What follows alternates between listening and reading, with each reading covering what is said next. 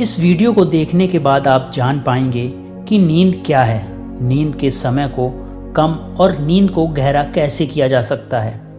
और इस वीडियो के अंत में आपको गहरी और अच्छी नींद के लिए कुछ छोटे छोटे और यौगिक उपाय भी बताएंगे।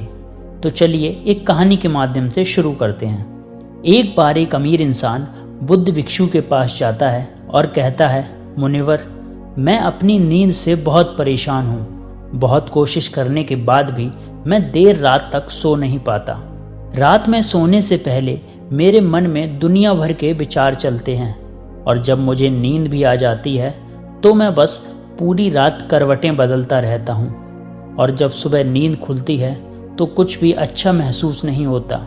मैं खुद को थका हुआ और अशांत महसूस करता हूँ। कृपया आप मेरी इस समस्या का कोई समाधान बताएं। बौद्ध भिक्षु ने कहा, इससे पहले कि मैं तुम्हारी समस्या का समाधान बताऊं, मैं तुम्हें गौतम बुद्ध की गहरी नींद के रहस्य में एक कहानी सुनाना चाहता हूं। उस इंसान ने कहा, जैसी आपकी इच्छा मुनिवर। बौद्ध भिक्षु ने सुनाना शुरू किया। जब तथागत गौतम बुद्ध सोते थे तो वह पूरी रात एक ही अवस्था में रहते थे। वह कभी करवटें भी नहीं बदला करते थे। जिस अवस्था में रात्रि को सोते थे, सुबह उसी अवस्था में रहते थे। गौतम बुद्ध का एक शिष्य था आनंद, जो कि अक्सर उनके पास ही सोया करता था। आनंद को यह बात बहुत ही परेशान करती थी। गौतम बुद्ध एक ही शारीरिक अवस्था में पूरी रात कैसे गुजार सकते हैं। जब कभी भी रात में आनंद की आंखें खुलनी थीं, तो वे हमेशा गौतम बुद्ध को एक ही अवस्था में सोते हुए पाता था। यह बात उसके मन में बहुत से प्रश्न पैदा करती थी। लेकिन एक दिन भिक्षु आनंद अपनी जिज्ञासा को रोक नहीं पाया और वह गौतम बुद्ध के पास चला गया। उसने मध्य रात्रि में ही गौतम बुद्ध को नींद से जगा दिया और कहा, तथागत, मुझे क्षमा करें। मैं जानता हूँ कि आपसे प्रश्न पूछने का यह सही समय नहीं है, क्योंकि आप पूरे दिन चलते रहते हैं और लोगों को धर्म का ज्ञान देते हैं, उनकी समस्याओं का समाधान करते हैं। लेकिन मेरे अंदर की जिज्ञासा इतनी बढ़ गई थी कि मैं सुबह का इंतजार नहीं कर सकता था। इसीलिए आप मेरे प्रश्न का उत्तर देकर मेरी जिज्ञासा को शांत करें। भिक्षु आनंद ने आगे कहा, मैं पिछले 20 वर्षों से आपके साथ हूँ और मैं यह देखता रहा हूँ कि आप पूरी रात केवल एक ही अवस्था में गुजार देते हैं। आप जरा सा भी हिलते डुलते नहीं हैं। तो क्या आप सच में सोते हैं या फिर आप सोते ही नहीं? गौतम बुद्ध आनंद की तरफ देखकर मुस्कुराए और कहा, मैंने अपने लिए सोने की सही अवस्था ढूंढ ली है। अब सोते समय मुझे हिलने की आवश्यकता नहीं है। मैं नींद की अवस्था में भी जागृत ही रहता हूँ, जबकि मेरा शरीर सो जाता है, लेकिन मैं जागृत रहता हूँ। प्रश्न यह नहीं कि नींद की अवस्था में शरीर हिलता है कि नहीं, शरीर क्यों एक स्थिर अवस्था में रह नहीं पाता, असली कारण तो मन है। यह मन ही है जो कि शांत और स्थिर नहीं रह पाता, और यही कारण है कि नींद की अवस्था में भी हम अपने शरीर को खिलाते रहें। लेकिन मैं इन सब चीज़ों से परे आ चुका हूँ। अब मेरे अंदर मन जैसा कुछ बचा ही नहीं। जब मैं सोने जाता हूँ तो मेरा शरीर बस एक मृत शरीर की भांति हो जाता है। मन जैसा कुछ बचता ही नहीं। आनंद, क्या तुमने कभी किसी मृत शरीर को अपनी अवस्था बदलते हुए देखा है? यह तो केवल हमारा मन ही है, क्योंकि हमारी नींद की अवस्था में भी यह सब काम करवाता है। एक बार तुम्हारा शरीर स्थिर हो जाए, मन शांत हो जाए, तब तुम्हारा शरीर गहरी निद्रा में चला जाएगा, लेकिन तुम भीतर से जागृत रहोगे। तुम सब कुछ कर पाओगे। सोने के बाद भी तुम्हारी जागरूकता एक छोटे से जलते हुए दीपक की तरह लगातार प्रचलित रहेगी। कहानी खत्म करने के बाद बौद्ध भिक्षु ने उस इंसान से कहा, एक जागृत इंसान न केवल अपने शरीर को पूरी जागरूकता के साथ देखेगा, बल्कि वह अपने मन को भी पूरी जागरूकता के साथ देखता रहता है। एक जागृत आदमी सामान्य आदमी की तरह नहीं सो सकता। जब असामान्य आदमी सोता है, वह अचेतन हो जाता है। उसे अपने आसपास का भी पता नहीं होता, इसीलिए तो वह अपने सपनों का भी चुनाव नहीं कर पाता। लेकिन जब एक व्यक्ति सोता है तो वह जागरूक होता है। जैसे सुबह आंखें खुली होती हैं, वैसे ही बुद्ध व्यक्ति की नींद में भी होती है। इसीलिए ऐसा कहा जाता है कि बुद्ध व्यक्ति कभी सोते नहीं हैं।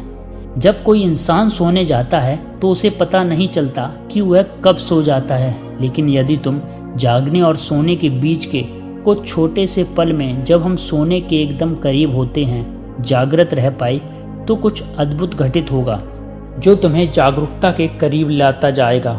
यह सुन उसने कहा, मुनव्वर, मुझे इतनी गहरी आध्यात्मिक की बातें समझ नहीं आती, कृपया आप मुझे आसान शब्दों में समझाएं। मुझे आसानी से गहरी नींद क्यों नहीं आती? बौद्ध भिक्षु ने कहा, देर रात तक जागने और आसानी से गहरी नींद आने की 5 प्रमुख कारण हैं। पहला कारण है बिस्तर पर सोने के अलावा भी अन्य काम करना। जैसे कि बहुत से लोगों की आदत होती है कि वह बिस्तर पर ही खाना खा लेते हैं, बिस्तर पर ही पढ़ाई करने बैठ जाते हैं और ऐसे ही बहुत से काम वह अपने शयन कक्ष में करते हैं। शयन कक्ष का अर्थ होता है सोने की जगह, लेकिन लोग इसे अन्य कामों के लिए भी प्रयोग करते हैं, जिससे हमारे मस्तिष्क में शयन कक्ष का एक निश्चित अर्थ नहीं रह जाता। इसीलिए फिर जब हम बिस्तर से सोने जाते हैं, हमारा मन पूर्ण रूप से इस बात को स्वीकार नहीं कर पाता कि अब हमें सोना है, क्योंकि आपने इसकी उसी जगह पर अन्य कामों को करने की आदत डाल दी है। दोस्तों, अगर आज के समय के अनुसार बात करें तो हम फ़ोन भी बिस्तर पर लेट कर ही चलाते हैं, ऑफिस का काम भी बिस्तर पर ही करते हैं, चाहे मूवी देखना हो या खाना खाना हो या वीडियो गेम खेलना हो या गप्पे मारना हो।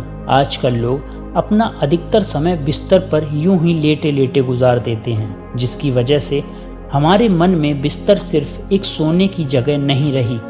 और यह एक बड़ा कारण है कि जब हम बिस्तर में सोने जाते हैं तो हमें घंटों तक नींद नहीं आती।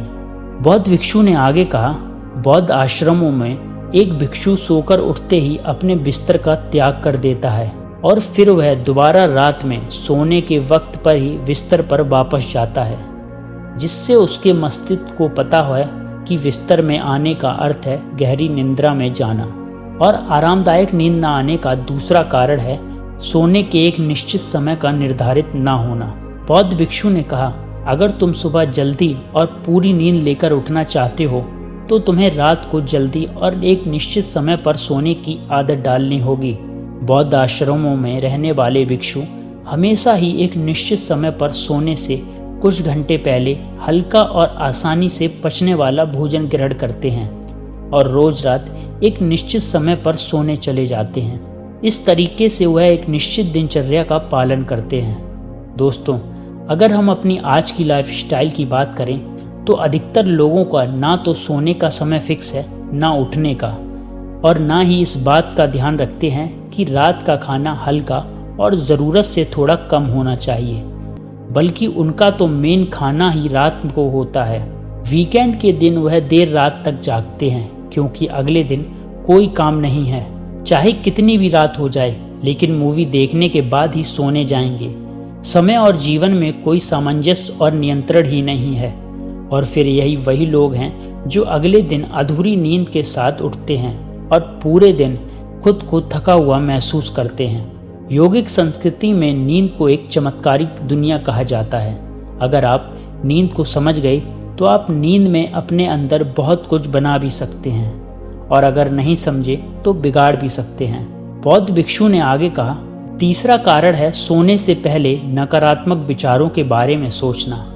आप जैसे विचारों के बारे में सोचते हुए सोते हैं, सुबह आंख खुलते ही आपके मन में सर्वप्रथम वैसे ही विचार आते हैं। इसीलिए जब आप नकारात्मक विचारों के साथ सोते हैं तो सुबह आप उन्हीं के साथ उठते भी हैं। बिस्तर में लेटे हुए जब हम बिल्कुल सोने ही वाले होते हैं तब हमारा अचेतन मन सबसे ज़्यादा सक्रिय होता है, और इस समय जैसे विचार हम अपने अंदर पैदा कर रहे होते हैं, हमारा अचेतन मन सीधे उन विचारों को ग्रहण कर लेता है और उन्हें वास्तविकता में लाने की कोशिश करता है। हमारा अचेतन मन अच्छे और बुरे विचारों में चुनाव नहीं कर सकता। इसे यह नहीं मालूम कि हमारे लिए क्या अच्छा है और क्या बुरा।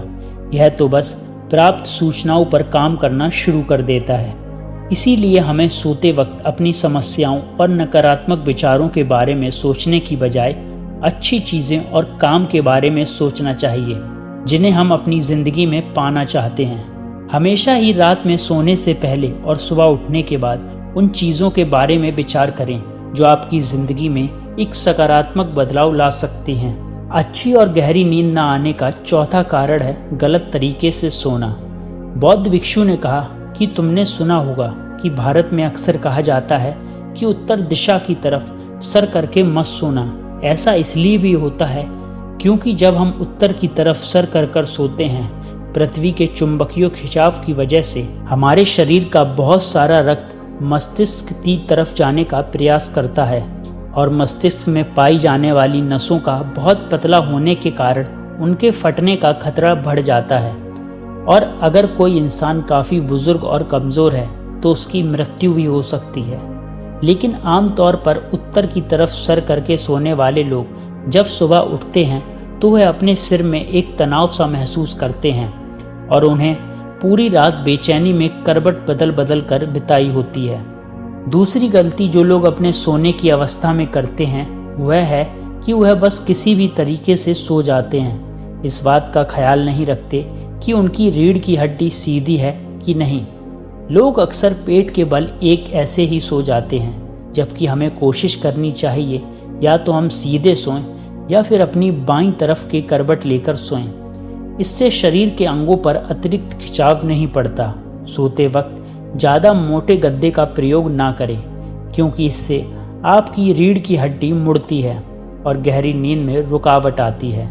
साथ ही मोटे तकिए का प्रयोग भी ना करें क्योंकि इससे आपकी गर्दन ज़्यादा मुड़ती है और आपका शरीर तनाव महसूस करता है और यह आपकी गहरी नींद में एक रुकावट का कारण बनता है। देर रात तक नींद न आने और रात भर नींद में बेचैन रहने का पांचवा कारण है बहुत अधिक मात्रा में और देर से पचने वाले भोजन पदार्थों का सेवन करना। अगर आप रात में भारी और अत्यधिक तेल युक्त पदार्थों का सेवन करते हैं तो इससे हमारी नींद में भी व्यवधान पड़ता है क्योंकि इन पदार्थों को पचने में काफ़ी ज़्यादा समय लगता है और ऊर्जा भी लगती है।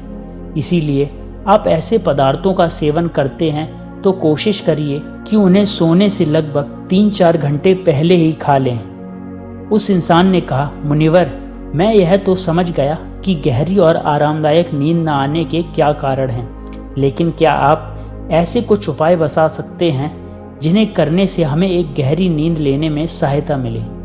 बौद्ध भिक्षु ने कहा, मैं तुम्हें कुछ ऐसी क्रियाएं बता रहा हूं जिन्हें तुम सोने से पहले या उठने के बाद कर सकते हो, जिससे तुम्हारी नींद तो गहरी होगी, साथ ही तुम्हारे जीवन में एक सकारात्मक बदलाव भी आएगा। और यह सारी ही क्रियाएं तुम्हें नहीं करनी, उसमें से जो भी 2-3 क्रियाएं तुम्हारे लिए उपयुक्त बैठें तुम कर सकते हो। सबसे पहले कोशिश करो सोने से पहले हल्के गुनगुने पानी में स्नान कर लो। स्नान करने से हमारा शरीर जागृत और तनाव मुक्त हो जाता है। तुमने देखा होगा कि जब कोई इंसान स्नान करके आता है तो उसके भीतर से एक सकारात्मक ऊर्जा सी महसूस होती है। वह ज़्यादा खुश और तनाव मुक्त लगता है। इसका कारण यह है कि ज़्यादातर शरीर पानी है और पानी हमारे शरीर का एक बुनियादी हिस्सा है। सोने से पहले हो सके तो अपने शयन कक्ष में किसी जैविक तेल और रुई का बना हुआ दीपक जलाएं। इससे आसपास के वातावरण में सकारात्मकता आती है। सोने से पहले थोड़ा सा पानी पीकर जाएं, इससे आपको काफ़ी मदद मिलेगी।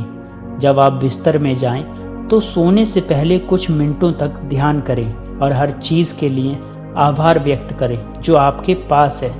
या फिर आप अपने दिन की उन सभी अच्छे कामों के बारे में भी सोच सकते हैं जो आपने आज किए हैं। सोने से पहले एक बार इस बात को याद करें कि आप नासमान हैं, आप आज ही मर सकते हैं। ऐसा सोचने से आप अपनी छोटी छोटी समस्याओं से परेशान रहना छोड़ देते हैं। जब सुबह सोकर उठें तो अपने दोनों हाथों को आपस में रगड़कर अपनी आंखों में रखें। इससे आपका शरीर जागृत हो जाता है और हमेशा ही दाहिनी ओर की तरफ करवट करके सोएं।